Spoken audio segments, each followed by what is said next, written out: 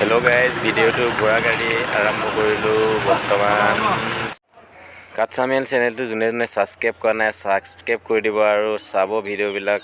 এইবিলাক হ'ল ধুনীয়া ধুনীয়া নাজাৰাৰ লগত আৰু গৰু ছাগলী ঘোঁৰা ম'হৰ লগত এটা নতুন ভিডিঅ' দিছোঁ, চাব বন্ধুসকল। হেল্ল' গাইজ, ভিডিঅ'খন অকণমান আন্ধাৰত বনোৱা আছে, কিন্তু এইখন আপোনাৰ ম'হৰ গাড়ী দুখন লৈ গৈ আছে চাওক।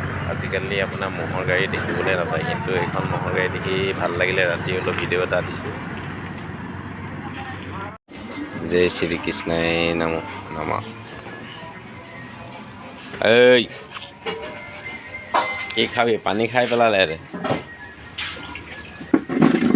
পানী খাই। বন্ধুসকল, হোটেলত ভাত খাবলৈ আহি গৰুকেইটা আহি পানী খাব আহি দুপৰীয়া গৰমত ৰখিলে, সিহঁতকো ভিডিঅ' এটা দি দিছোঁ, চাব বন্ধুসকল দেই।